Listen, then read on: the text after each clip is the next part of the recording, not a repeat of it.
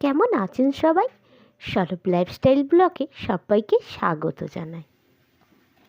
আজকে ফুলকপি আলু একটু কষা করব, আর সঙ্গে থাকবে গরম গরম কড়াইশুঁটির কচুরি। শীতের বিকেলে দারুণ কিন্তু জমে এই দুটো রান্না। ফুলকপি আর আলুকে একটু নুন হলুদ জলে সেদ্ধ করে নিয়েছিলাম। এবার কড়াইয়ের মধ্যে তেল দিয়ে ফুলকপি আলুকে একটু ভেজে নিচ্ছি। সন্ধে এখন 7টা বাজে। ফুলকপি আলু ভাজা হয়ে গেছে।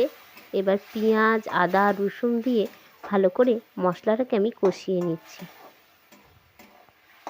ফুলকপি আলুটাকে কষিয়ে নিয়েছিলাম যাতে তেলের পরিমাণটা একটু কম লাগে, আর ফুলকপিতে একটু বেশি পরিমাণে তেল লাগে। চলুন, মশলা কষানো হয়ে গেছে, ভাজা ফুলকপি আর আলু দিয়ে দিলাম। এবার ভালো করে নেড়ে চেড়ে অল্প অল্প করে আমি জল দিয়ে আরেকটু কষাবো। মোটামুটি টমেটোটা গলে গেছে। এইবার আমি কড়াইশুঁটিটা দিয়ে দিলাম।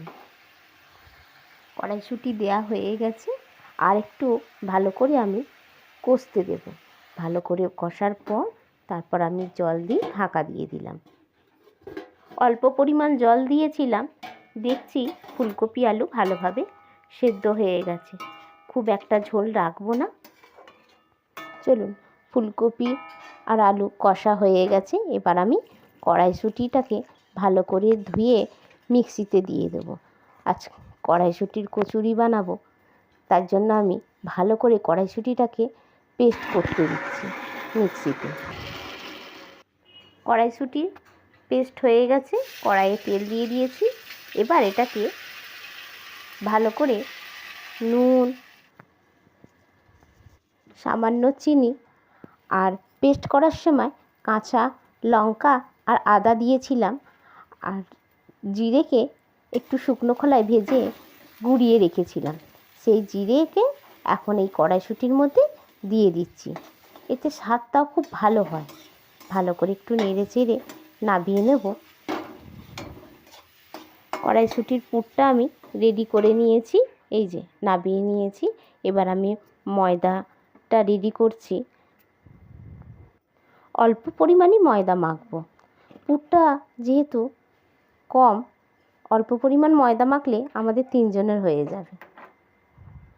চলুন, ময়দাটা বার করে নিয়েছি, আর একটু ঘি ময়দার উপর দেব। একটু গরম করে নিচ্ছি। শীতকালে তো ঘিটা একটু বসে যায়, তার জন্য একটু কড়াইয়ে ভালো করে গলিয়ে নিচ্ছি। আর এতে ময়দাতে দিলে স্বাদটাও খুব ভালো হয়। নুন দিলাম।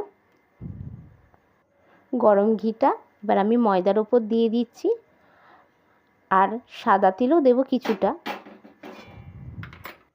কড়াইয়ের মধ্যে একটু জল গরম করতে দিয়ে দিয়েছি, আর একটু সাদা তেলও দিয়ে দিলাম। ভালো করে ময়ান দিয়ে এবার আমি ময়দাটাকে মেখে নেব। ভালো করে ময়দা মেখে নিয়েছি। এবার আমি লেচিগুলো কেটে নেব।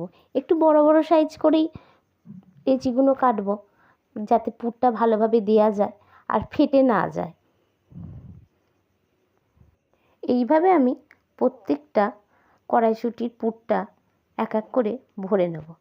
চলুন, আমার এক এক করে কড়াইশুঁটির পুরটা ভরা হয়ে গেছে। এই দেখুন কি সুন্দর বেলা হচ্ছে।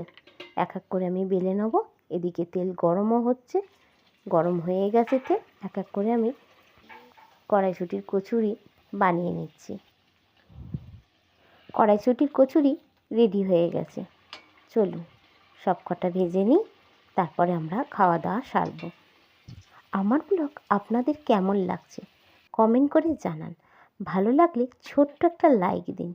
এই লাইকই উৎসাহিত করছে আমাকে নতুন নতুন ভিডিও বানাবার জন্য।